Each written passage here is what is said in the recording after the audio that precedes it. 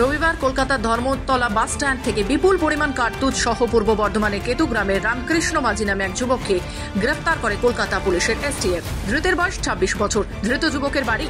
সোমবার খবর পৌঁছতে কেউ বিশ্বাসই করতে পারছে না ওই যুবক এই কাজের সাথে যুক্ত থাকতে পারে। স্ত্রী সোমা মাঝি জানান তার স্বামীকে ফাঁসানো হয়েছে। পাশাপাশি তার আত্মীয় জানান ভাইপো এই কাজ করেছে সে মানতেই পারছে না। অপরদিকে এক এলাকাবাসী নন্দময় মুখার্জি অবশ্য জানান রামকৃষ্ণর বাড়িতে প্রায় লোকজন আসতো, কিছু হলে সে হুমকি দিতে থাকে। আমার সামনেই রয়েছে বাগান, বাগানে কেউ কিছু করলে লাঠি ডাঙ্গি এসব বার করে, কিন্তু কোনোদিন ওকে বন্দুক নিয়ে দেখিনি। রামকৃষ্ণ মাঝি কি কারণে কলকাতায় এত বিপুল পরিমাণে এই আগ্নেয়াস্ত্র নিয়ে এসেছিল, কোথা থেকে কার্তুজ আনা হচ্ছিল, এর নেপথ্যে কে বা কারা রয়েছে, কোথায় চলছে এই অস্ত্র পাচারের ছক, কাকে পৌঁছে দেওয়ার পরিকল্পনাই বা ছিল, ধৃতকে জেরা করে তা খতিয়ে দেখছে তদন্তকারীরা। এইভাবে আমরা এসব ব্যাপারে কিছু জানতামই না যে এইসব কি, আর ওকে আমি কখনো ভাবিওনি যে ওইসব কাজে জড়িত থাকবে।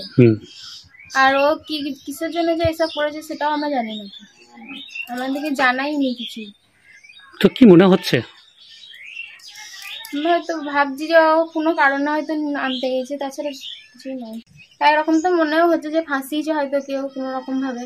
তো বাড়িতেই থাকতো, কাজকর্ম করতো, বাড়ি থেকে কোথাও যেত না, দা ফেলে যেত।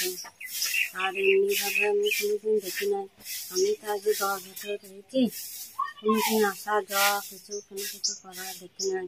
বাড়িতে লোকজন নিজে সেটা ধরা পড়তো, তা দেখিনি তো এই কথা বলে। হ্যাঁ সেটুকুই নেটে বা খবরে দেখতে পেলাম। এই ধরনের কাজ করে বলে মনে হয়? এই ধরনের কাজ করে বলে মনে হবে বই কি। ও তো হুট করতেই তো হুমকি দেওয়া, কিছু হলে না হলে হয়তো হুমকি দিত, বা আমার হয়তো বাগানে, এই সামনে বাগানে এলে পরে কোনো কিছু করলে পরে বলতে খালি লাঠি টাঙি এই সমস্ত বার করা। ওর বাবা, তারপরে দাদু হয়তো কোনো সময় সান্ত্বনা দিত, কোনো সময় হয়তো ওটা উত্তেজিত হতো, এই সমস্ত। পূর্ব বর্ধমান থেকে সুমন বিশ্বাসের রিপোর্ট, খবর বাংলা।